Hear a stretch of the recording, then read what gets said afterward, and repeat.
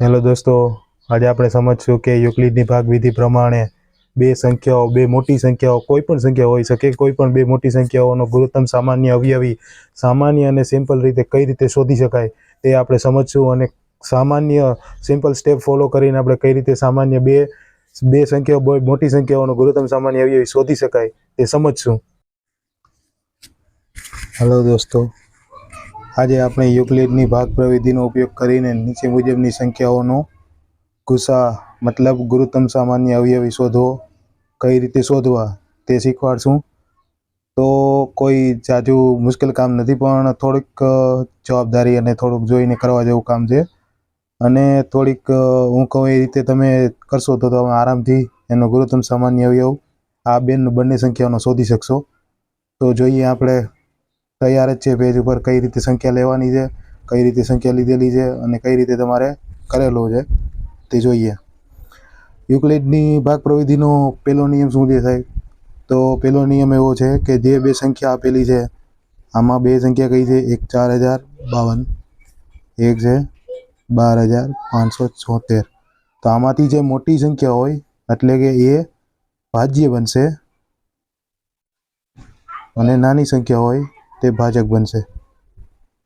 મતલબ જે સંખ્યા મોટી તે ભાજ્ય અને જે સંખ્યા નાની તે ભાજક. અને જ્યારે આ બંનેના ભાગાકાર થઈ 0 શેષ મળે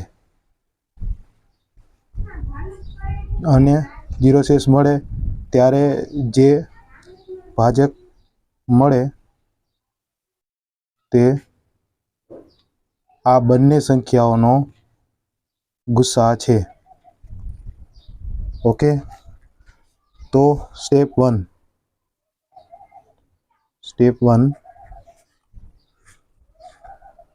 12576 4052 થી મોટા હોવાથી ભાગાકારના પૂર્વ પ્રમેય મુજબ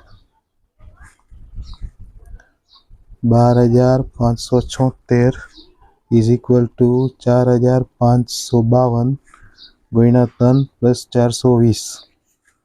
બરોબર છે. આની અંદર શું છે? શેષ છે. તો 0 નથી, મતલબ એનાથી સ્ટેપ 2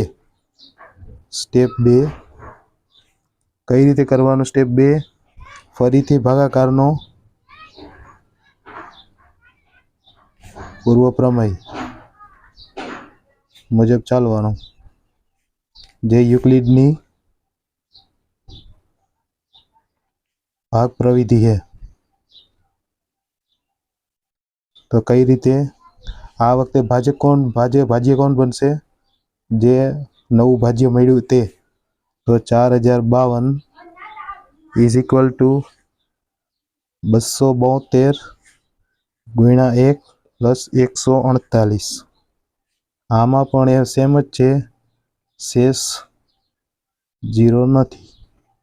તો સ્ટેપ 3 જ્યાં સુધી શેષ 0 ન મળે ત્યાં સુધી આગળના સ્ટેપ થતા જશે. તો કઈ રીતે? સ્ટેપ ભાગાકારના પૂર્વ પ્રમેય મુજબ 272 ઇઝ ઇક્વલ ટુ 148 ગુણ્યા 1 પ્લસ 124. શેષ 0 નથી. સ્ટેપ 3 ભાગાકારના પૂર્વ પ્રમેય મુજબ 148 ઇઝ ઇક્વલ ટુ 124 પ્લસ 24. શેષ 0 નથી.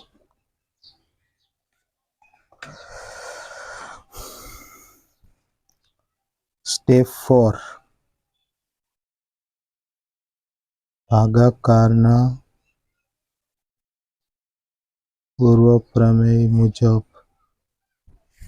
124 24 × 5 + 4 આમાં પણ સેમ છે, શેષ 0 નથી. ઉપર રહેલી બંને સંખ્યાઓ મતલબ 4052 અને 12576 આ બંને સંખ્યાઓનો ગુરુત્તમ સામાન્ય અવયવી મતલબ ગુસાઅ 4 છે.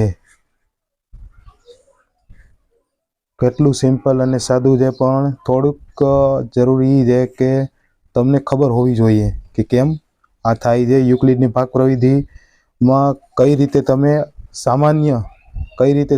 તમે નાના ગુણાકાર અને નાના ભાગાકાર કરીને તમે એનો ગુરુત્તમ સામાન્ય અવયવી મેળવી શકો.